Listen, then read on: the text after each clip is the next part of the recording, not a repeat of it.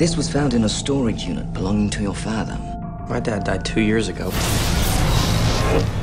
What is it? We don't know. We thought you might like to keep it. Le vol du mort. It's French. Translation being? The death of something. What's this? No idea.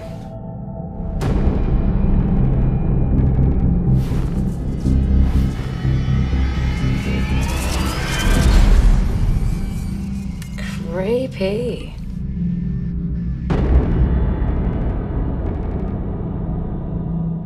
So what's it supposed to do? It was built as a tool for revenge. The voodoo death is real.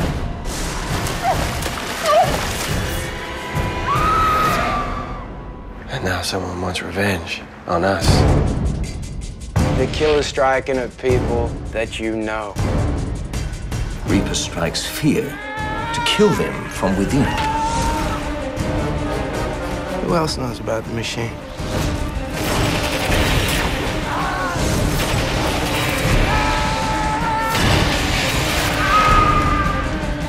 Never trust anyone.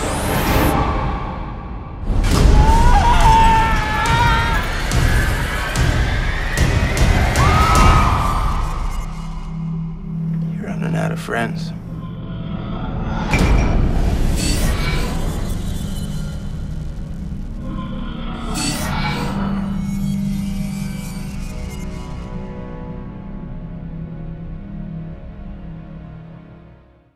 Now we are joined by John Soto, the director of Needle. The film Needle has already been sold to 65 countries around the world. Thank you very much for being here. Thank you. And Needle has been had a good reception around the world. Yep.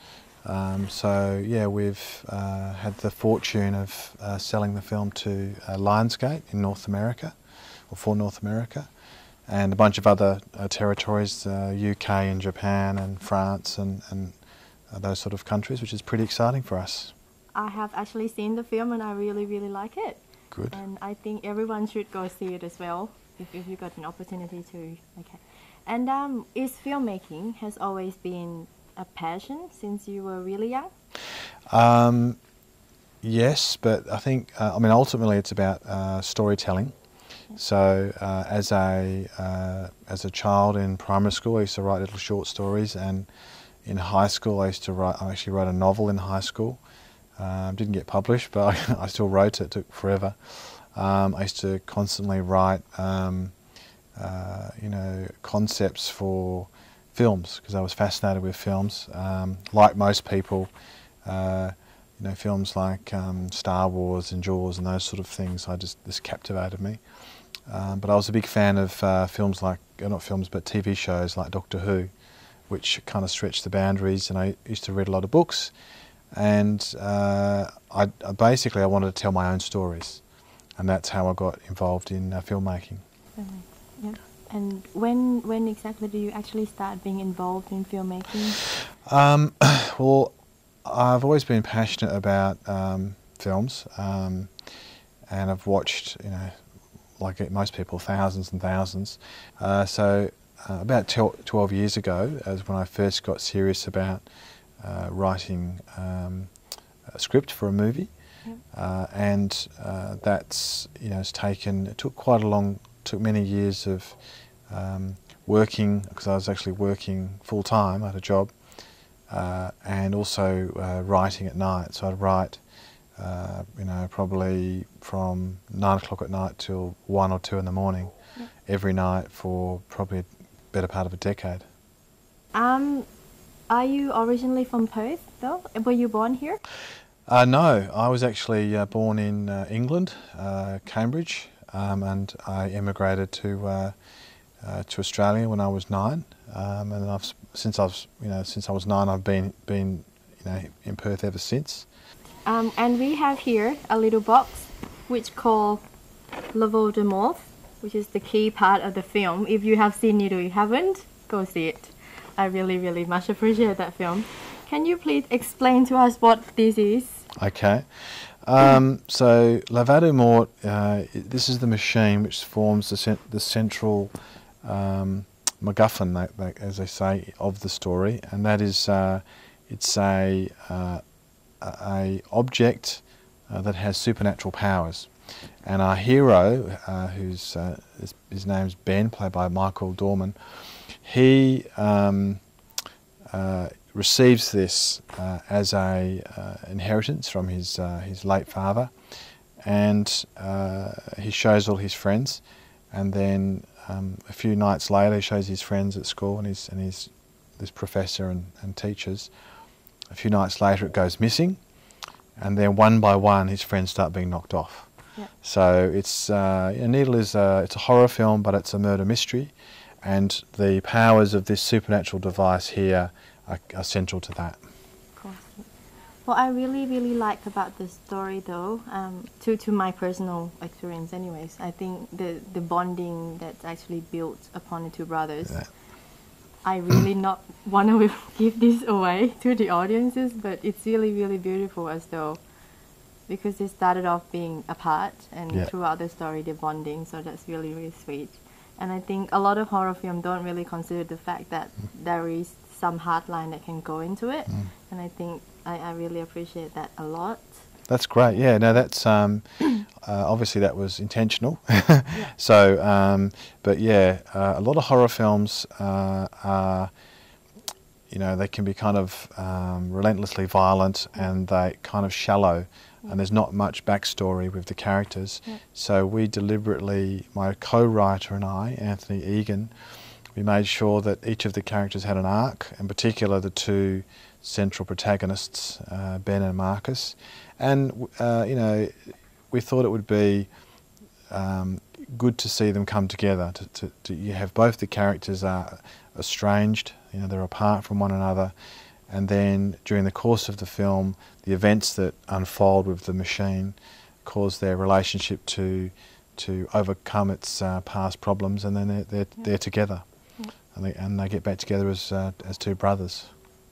Did you find it as a challenge? Because it seems to have, that seemed to be a lot of horror films, thriller and things, a lot of the story, a lot of type of story out there, and it seemed to be stereotyped in certain way. Did you find it difficult to find a story to based on? Oh no, it's very difficult to make a film that's totally fresh, which is why, we decided to look at the, voodoo, and use voodoo with the machine, and the machine harnesses voodoo, so that's totally fresh, no one's done that. At the same time, you've got what I call conventions, so horror conventions, which is that, for instance, in a horror film, all the characters don't burst out into song halfway through the film. In a horror film, characters are going to die. Yeah. In a horror film, you're going to have certain characters or archetypes that exist in the film, and you're going to have the protagonist, the antagonist. You're obviously going to have the trickster type character. So all those characters are kind of conventional, and if you don't include those sort of characters, the horror fans don't like the film. Yeah. So what you got to do is then you make sure you have those characters in the film, you stick by the conventions, but you twist them all so they're different and fresh. So for instance, Michael Dorman, who plays Ben isn't, because what I find annoying in a lot of the American movies is that the protagonist is like some sort of superhero, and he instantly he's a black belt in 6 types of martial arts, and he always solves the problems, and he has a beautiful girlfriend. And I thought, well, and knows what to do. And I thought, no, well, let's make it different. Let's have a character that doesn't know what's going on. He doesn't have a clue. And then his brother, he's equally clueless. And there was a temptation to have the brother as a cop. And we decided to not do that because, again, if he's a cop, he's going to have access to other, to police equipment and all that sort of stuff. And so we thought, with each of the characters, we've made them different. And I think a lot of people have responded to that. Okay. So can we go back to this a little bit more in regard to story? Because this is the a creation Yes. that was actually invented by you, basically. Yeah. Yes. Yeah. So it wasn't anything real. Did you have No. to do much research? We in did, regards yeah. to your- Well, the first thing we had to look at was we actually sat down and said we wanted to create like an ultimate murder mystery, and then use that to as like a central premise for a film, an ultimate murder mystery where the killer leaves no evidence, and in fact the killer can knock someone off from a different location. So, you know, after enormous amounts of research, we realised the way to go would be to use voodoo, because voodoo uses that, and no one had used voodoo in a feature film for a very long time. There's a film a while ago, I think about 10, 15 years ago, The Serpent and the Rainbow, and that used voodoo, but nothing really since. And coincidentally, I've just noticed there are actually a couple of films that have suddenly popped up that are using voodoo, so we may have actually reignited the interest in it.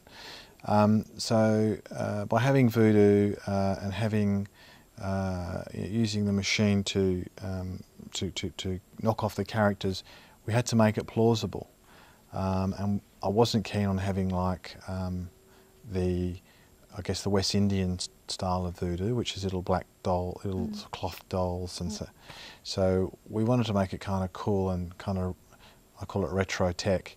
So we looked at, we ended up doing any research into machines and machinery, and looked at illusionists and magicians in the 17th and 18th century, and that's when we basically came up with the idea of a machine that used voodoo, harnesses supernatural supernatural powers to knock off its victims. Okay, sounds very scary. I've actually seen the film, and throughout the story, these key elements of the films has been kept reasonably secret, as in Yes. like not showing too much of what's Yeah. really going on, which is kind of making it even more interested in what's Yeah, actually happening. we fed that information through. So when the first character is knocked off, Yep. you can see some cogs and wheels turning, and you might see just a glimmer of a needle or something, and that's all you see. And then the next time a character is knocked off, you see a bit more. So you see a shot of the machine. Yep. So you know, right, that's the machine, and then you start to see that there's a crank handle that goes into the machine, and then the next character that's killed, you see that the crank handle is turned, and there's a screaming noise. There's like somehow tapping into souls. So we revealed piece by piece the machine. We didn't just sort of show the whole machine from the first character that was killed, because then it reduces the intrigue. So we wanted to keep it mysterious as long as we could, until probably about the sixth or seventh character that gets knocked off. Then you go, right, now I understand how it works. And the film has been quite successful as well. Has been awarded from. Yeah, we've won different some awards. festivals, So for me, a great honour for a horror film is to be selected for Screamfest. And my understanding is they have over 1,500 to 2,000 entries every year. So that's 1,500 films that go in, and from the 1,500 they then cull it down to say 500 films, and from the 500 they cull it down to 50, and from the 50 they cull it down to 20 films, and those 20 films get nominated or selected for Screamfest, and Needle was selected. So it's pretty cool. Congratulations. And thank you. And then we won a Golden Skull at Screamfest. So we won best horror special effects makeup, which is like a big thumbs up for our makeup team and that. And then after that, that was October 2010. We had the British Horror Film Festival. We were selected for that. Similar process. They had lots of entries, and we went really well. The film won Best Cinematography, won Best Special Effects, and it won Best Supporting Actress for Jessica Marai. We were nominated for Best Film, and I was nominated for Best Director, but apparently I missed out by like 1 or 2 votes. So, damn. No, but yeah, I mean, in order to be nominated, it's already a great... It is, yeah. It's a tick that you've done a good job. Yep. Now you get people, you have people that love the film, you have people that don't love the film. That's their opinion. You know, everyone has an opinion. The idea is you don't want to make one film and never make another film. You want to make one film, and if it goes well enough, you have the chance of making another film. So, you know, my thought was make a film in a genre that I love, I really enjoy, and that's kind of cool. And that's, you know, thriller horror films. And that's what we've done.